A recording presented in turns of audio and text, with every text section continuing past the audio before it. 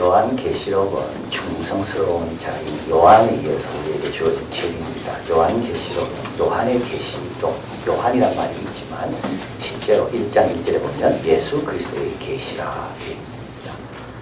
그래서 하나님께서 속히 될 일을 예수님에게 주셨고 예수님은 그걸 천사에게 주었고 천사가 중성스러운 종 요한에게 주었고 요한은 그걸 받은 것을 다른 종들에게 전달한 것이 요한계시록입니다. 우리 하나님이 예수님에게 그대로 왔을 겁니다. 하나님 예수님은 천사에게 그대로 줬습니다. 그 다음에 천사가 이제 요한에게 줘야 되는 거예요. 요한이 잘 들어야 되는 거죠. 그리고 들은 것을 잘 전해야 되는 거예요. 그래서 중성스러워야지만 잘 듣고 말씀 한 분의 뜻에 따라서 그대로 잘 전하는 거예요. 그게 요한계시록이에요. 그래서 5단계가 있는데 5단계가 지나쳐도 전혀 왜곡이나 더해거나 빠짐없이 그대로 우리에게 올 수 있었던 것은 사도 요한의 중성에 있었다. 그리고 사도 요한은 반모섬에서 이 계시를 받았다고 나와 있습니다. 반모섬은 사도 요한이 이제 유배간 곳이죠. 그래서 예수 그리스도의 증거, 하나님의 말씀과 예수 그리스도의 증거로 인하여 반모섬에 있더니 이렇게 나와 있는데요. 하나님의 말씀을 잘 전하려면 누가 인정해 줘야 되는 거냐면 사람이 아닙니다. 예수님께서 인정해 주셔야 돼요. 그게 참 중요한 거예요. 내가 성경을 제대로 읽었나 못 읽었나 이 기준은 예수님께서 판단하시는 거예요. 그래서 하나님의 말씀과 예수 그리스도의 증거로 인하여 그래서 그 예수님께서 됐다라고 말할 때까지 또 그것을 맞추기 위해서 노력하다 보니까 사람들의 미움을 받게 되고 로마 당국의 핍박을 받게 되고 그래서 반모섬에 간 겁니다. 반모섬은 소아시아 서쪽에 있는데 한 58km 떨어진 곳이고요. 거기는 바위가 많고 나무는 적는 아주 참 살기 척박한 땅이 반모섬입니다. 그래서 중성 때문에 이런 어려움을 당하는 것. 하나님의 말씀을 예수 그리스도의 증거 합당하도록 전하려 하다 보니까 미움을 받는 거죠. 그러나 동시에 이 계시는 반모섬에서 받은 겁니다. 중성 때문에 반모섬에 갔는데요.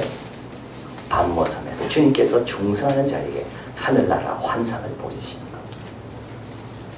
그래서 여러분 중성에는요 대가가 있지만 동시에 중성에는 주어지는 선물도 있다. 그리고 사도 요한의 중성의 또 다른 모습을 볼 수 있는데요. 그것은 주일날에 1장 9절에 보면 10절에 보면 주의 날에 내가 성령의 감동을 받고 이 놀라운 환상을 어디서 봤습니까? 주일날. 이게 주의 날은 주일입니다. 그래서 안식구 첫날, 이게 첫 번째 날, 이게 주일입니다. 예수님 부활하셨습니다. 초대교회 성도들은 이때 하나님께 예배를 드렸는데요. 사도 요한 반모섬에 와서 주일날이 된 겁니다. 그래서 혼자 예배를 드리려고 하고 있을 때 그때 환상이 임한 겁니다. 특별한 시간이 임한 게 아니에요. 갈멜산에 불이 언제 임했는가? 특별한 시간이 임한 게 아니에요. 저녁 소재 드리는 그 시간, 주님이 약속한 그 시간에 불이 임한 겁니다. 그래서 이게 충성스러운 사람은요, 보통을 잘하는 게 충성인 겁니다. 주님은 주인 잘 지키는 게 충성이에요. 하나님이 약속한 그것을 잘 지키는 게 충성이에요. 근데 주님은 그 충성스러운 사람에게 이런 환상을 보여주신다. 그래서 요한계시록은 참 어려운 내용입니다. 그런데 이것은 재능으로 얻은 게 아니라 중성으로 얻었다. 하나님 앞에 쓰임받는 길은 중성할 때 쓰임받는 거지 재능을 믿어가지고는 쓰임받지 못한다. 그래서 이제 오늘 본문에서 서머나 교회에다가 편지하면서 주님은 또 강조합니다. 죽도록 충성해라. 우리 예수님도 충성하셨고 이 편지를 쓰는 사도 요한도 충성했고 서머나 교회 교인들이야 너희도 충성해라. 서머나 교회는 어떤 교회입니까? 서머나라는 도시하고 맞지 않는 교회가 서머나 교회예요. 서머나라는 도시는요 가장 세련된 도시입니다. 극장이 있고 도서관이 있고 아시아의 멸류관. 그래서 7교회 편지를 보내는데 7 도시 가운데 제일 멋진 도시, 로마가 제일 아끼는 도시, 그것이 서머나 교회. 그런데 그 교회 성도들은 궁핍과 환란에 있습니다. 극장 한 번 가기에 여유가 없는 사람들, 도서관에 책을 빌려보기에는 무식한 사람들이에요. 그건 다 남의 나라 이야기예요. 이 당시 교회 성도들 가운데 노예가 많았는데 노예가 많았기 때문에 그거는 다 자기 집 주인만 가는 거지 자기는 갈 수 없는 사람. 그러니까 서머나에 서문화 교회는 맞지 않아요. 그런데 오늘 본문에 주님께서 그 교회 성도들을 가리켜서 나는 처음이요 나중이고 죽었다 산자라고 말씀합니다. 꼭 기억하십시오. 주님은 어디에 말씀하십니까? 주님의 몸된 교회를 통해 말씀합니다. 처음이요 나중된 이 영광스러운 분이 어디에 나타나는가 하면 극장이 아니고 도서관이 아니고 성도들이 주의 이름으로 모인 두세 사람이 내 이름으로 모인 그곳에 주님께서는 당신에게 뭔가 보여주시는 것. 얼마나 영광스러운 순간이지 뭐. 그래서 모세가 바로의 공주의 아들의 칭함을 거절하고 하나님의 백성과 함께 고난당하기를 택했다 그랬는데 바로 그 자리가 바로의 공주 자리보다 아들보다 훨씬 영광스러운 자리다. 그래서 오늘 주님은 그들에게 말합니다. 소외되고 이등 시민처럼 느껴지는 그들에게 나는 처음이요 나중이요 죽었다가 살았잖아. 여기서 처음이요 나중이란 말은 뭐죠? 모든 것의 시작은 내가 있다는 겁니다. 우연이라는 건 없다는 거예요.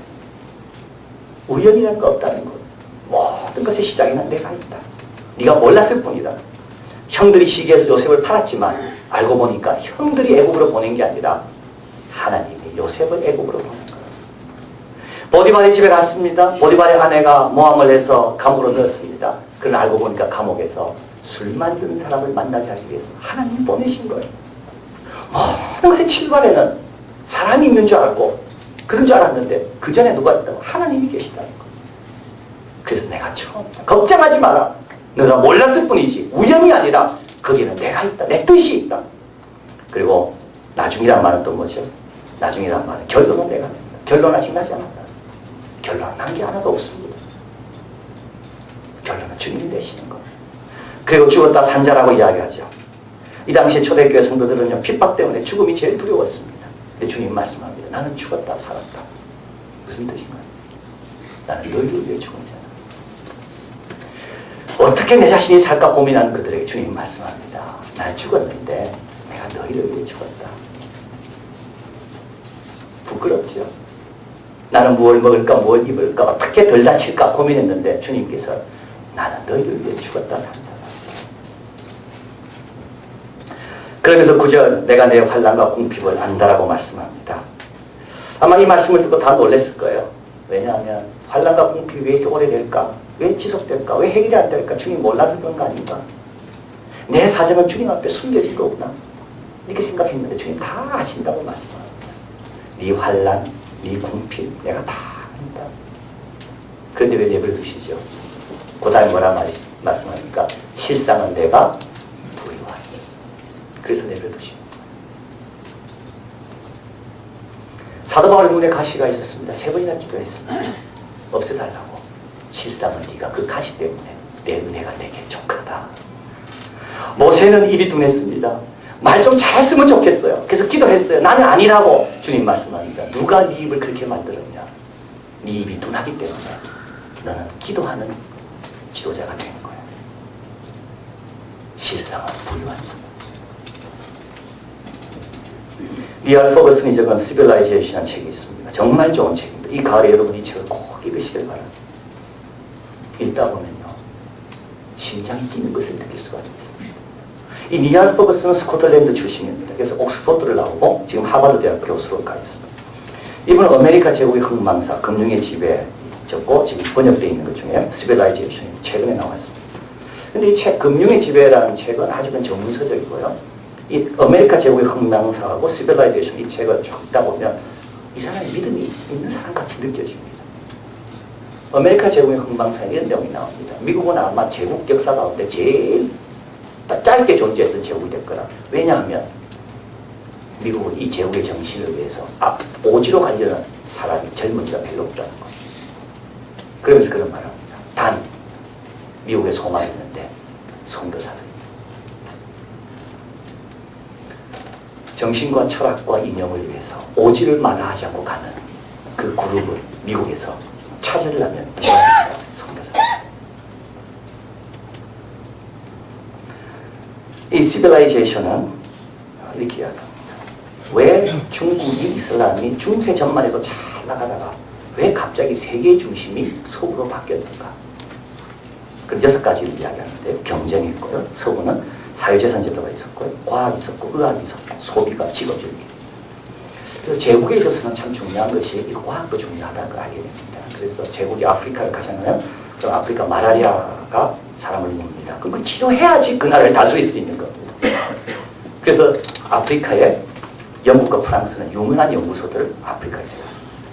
근데 그게 자국민뿐만 아니라 아프리카 있는 현지인에게도 도움이 됐다는 거예요.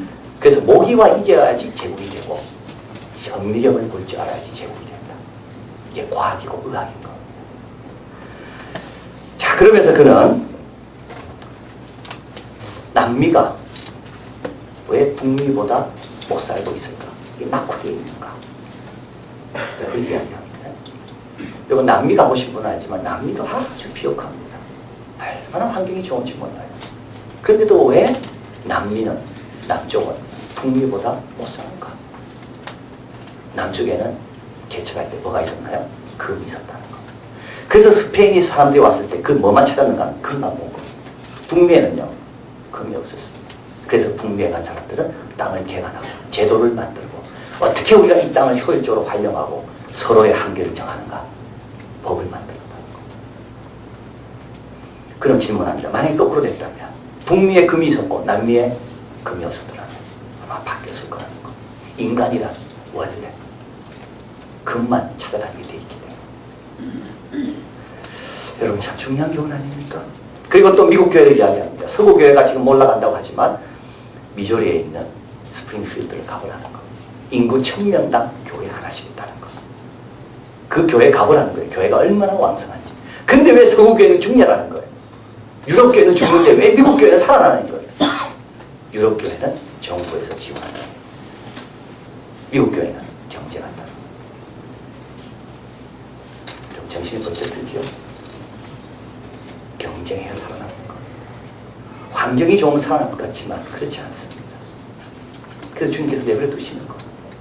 환난과 궁핍 가운데 누리는 것이 더 많다. 눈에 가시가 있기 때문에 너는 더 은혜를 많이 체험한다. 네 입이 둔하기 때문에 너는 하나님께 더 열심히 기도해서 2% 부족해서 기도했지만 결국 내가 5%를 채워준다.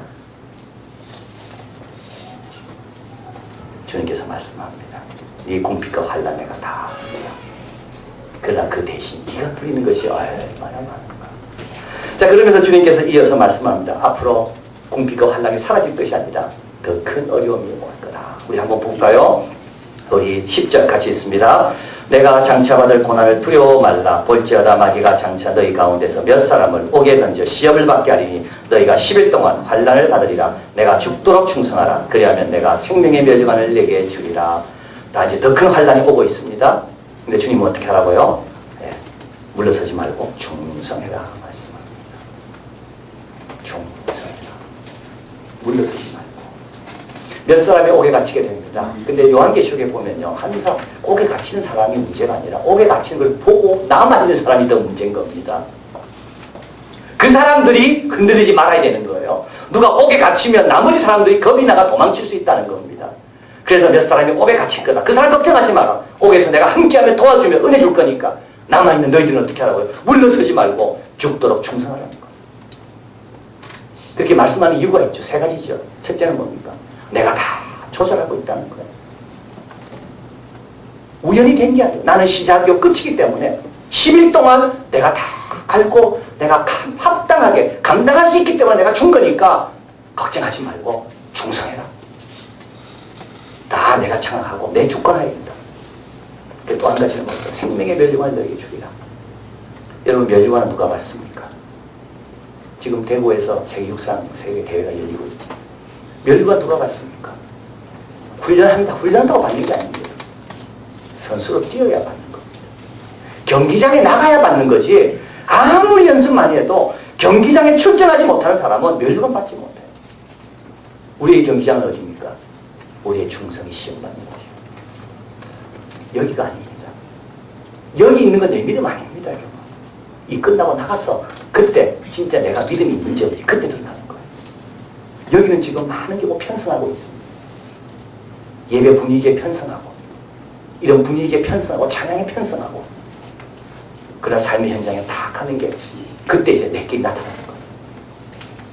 그래서 얼마나 참 주님께서 우리를 통하여 영광 받기를 원하셔서 우리를 이제 됐다고 이제 경기장으로 나가라고 내보내시는 거죠. 그래서 기대하면서 나가서 뛰는 거예요. 그래서 주님께서는 훈련만 시키지 않고 때가 되면 우리를 내보내시는 거예요. 말씀만 듣게 하지 않고 여기 앉아만 있게 하지 않고 때가 되면 주님께서 나가라고 하시는 거예요. 왜냐하면 그래야 멸류가 받으니까. 그래서 주님은 충성해라. 충성으로 승리해라. 그리고 마지막으로 둘째 사망의 해를 당하지 않는다는 구절이 나오죠. 그 말은 뭡니까? 우리는 부활할 자들이라는 것입니다. 그래서 주님께서 말씀합니다. 몸만 죽이는 사람을 두려워하지 말고 몸과 영혼을 다 죽이는 하나님을 두려워하라. 충성하려면 어떻게 되나요? 몸이 죽어도 나는 부활할 것이라고 믿는 사람만이 충성할 수가 있습니다. 그래서 주님께서 너희들에게는 이미 둘째 사망의 해를 당하지 않는 부활의 생명이 있기 때문에 걱정하지 말고 죽도록 충성해라. 그 말씀합니다. 서문화 교회에서 제일 유명한 사람이 누굴까요? 폴리갑입니다. 속사도입니다. 그러니까 사도 요한이 죽고 난 다음에 그 다음에 이제 교회 지도자가 된 사람을 속사도라고 합니다. 이분들은 사도 요한을 아는 사람이고 요한계시록을 직접 받은 사람이죠. 1155년입니다. 그러니까 155년이니까 이 요한계시록이 쓰여지고 나서 한 60년 정도 후입니다. 이때 85세였기 때문에 폴리갑은 사도 요한을 아는 거죠. 편지도 들었고요. 토요일 2월 23일 운동 경기로 흥분한 군중이 폴리갑을 처단해라. 무신론자를 죽여라고 막 소동을 일으켰습니다. 그래서 이제 복도들이 폴리갑의 집에 찾아오게 되고 이제 폴리갑은 그들에게 식사를 대접을 합니다. 그러면서 나에게 1시간만 시간을 달라고 내가 기도하겠다고. 그리고 이 음식을 먹어라. 그리고 이제 다 끝난 다음에 복도들이 끌려서 이제 화영장으로 가게 됩니다. 이때 이제 그 총독이 지방 총독이 서문화 총독이 묻습니다. 너 이번에 마지막 기회인데 예수님을 부인하고 가이사에게 절을 해라. 이때 폴리갑이 유명한 말을 하죠. 80년 동안 우리 예수님은 한 번도 나를 부인한 적이 없으신데 내가 어떻게 그분을 부인하는가. 그리고 이제 화영장에서 갑니다. 거기서 사람들이 묶으려고 그럽니다. 이때 폴리갑이 말합니다. 나를 묻지 마라. 주님께서 나를 지키실 겁니다. 그거 안 묶어도 나는 끝까지 견딜 수가 있다. 그리고 나서 폴리갑이 마지막 기도를 하나님께 드립니다. 이게 유명한 기도입니다. 전능하신 하나님, 당신의 사랑하는 아들 예수 그리스도를 통하여 우리는 당신에 관한 온전한 지식을 얻었습니다. 여러분, 이거면 된 겁니다. 이 땅에 사는 동안에 아들을 통하여 하나님에 대해서 온전한 지식을 얻었다면 우리가 누릴 수 있는 걸 다 누리는 겁니다. 하나님에 관한 온전한 지식을 내가 얻었습니다.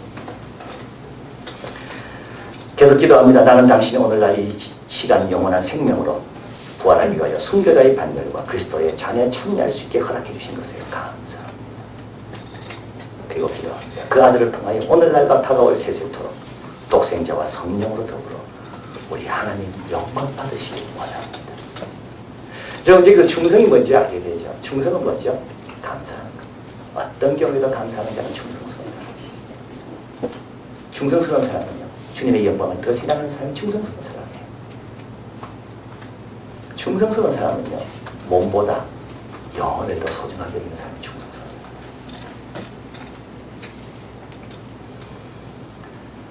사람이에요. 우리 저희 외할아버지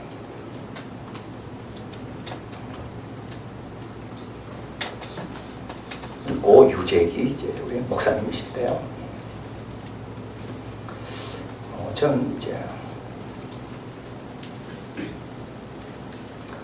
저하고 그분하고 그렇게 닮은 줄은 몰랐습니다. 그분 대구 제일교회에서 심호하셨는데 그 대구 제일교회 가서 그 당회장실에 역대 당회장들 사진들이 쭉 있는데 딱 보니까 저 닮은 분이 한 분이 딱 계시더라고요. 근데 오늘 다시 내가 그 사진을 꼼꼼히 보니까 별로 안 닮았던 것 같은데 제가 왜 그때 꼭 저를 본 것처럼 느꼈는지 모르겠어요. 그때 이상근 목사님이 이제 사회를 보셨는데 제가 앉아있는 걸 보고 그분도 저를 알아봤다 그러더라고요. 제가 그게 처음 갔는데 아, 유재기 목사님이 외손주가 여기 와 있구나. 예, 그랬는데 우리 고 유재기 목사님은 1905년에 태어나셔서 49년, 만 44세에 돌아가셨습니다. 그래서 일본 유학을 하시고 한국에서 최초로 일으키셨고, 그리고 또 흥국시보라는 신문도 발간하시고, 그러다가 이제 여러 번 투옥 당하시고, 그 후유증으로 이제 일찍 이제 돌아가신 거예요. 49년에요. 그랬는데 이제 그분 7집이 나왔습니다. 그래서 그걸 쭉 보는데 이런 내용이 있었습니다. 자기 몫의 태인 고생을 피하려다가 더 큰 고생을 하는 경우가 많다. 고생을 이기는 방법은 고생을 피하지 말고 고생을 지는 데 있다. 고난은 신앙의 비료이다.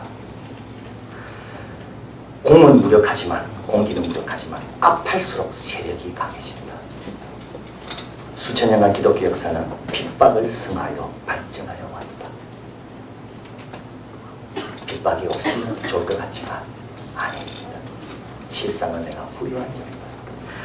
마지막 요 구절이 참 더 저에게 참 많이 와닿습니다. 십자가를 지고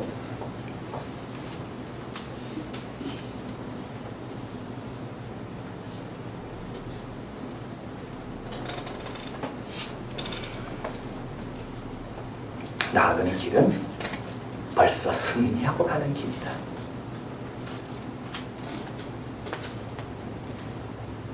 여러분, 십자가를 지고 가는 길이 승리하는 길이다. 그래서 주님은 다른 길이 없는 겁니다. 피한다고 승리하는 게 아닙니다.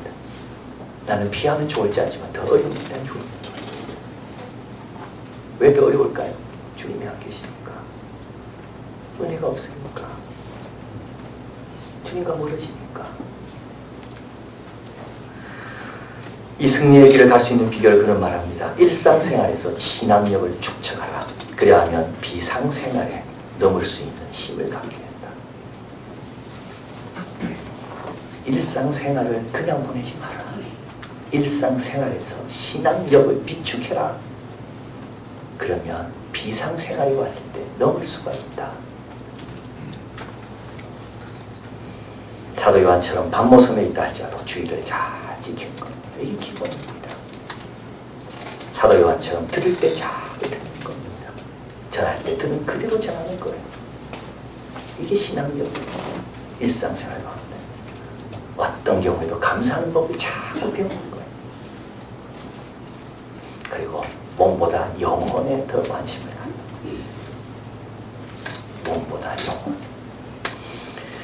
그러면 비상생활 가운데서 충성하고, 그리고 주님께서 그렇게 주고 싶어하는 생명의 면류관 다 받아서 영광 돌리는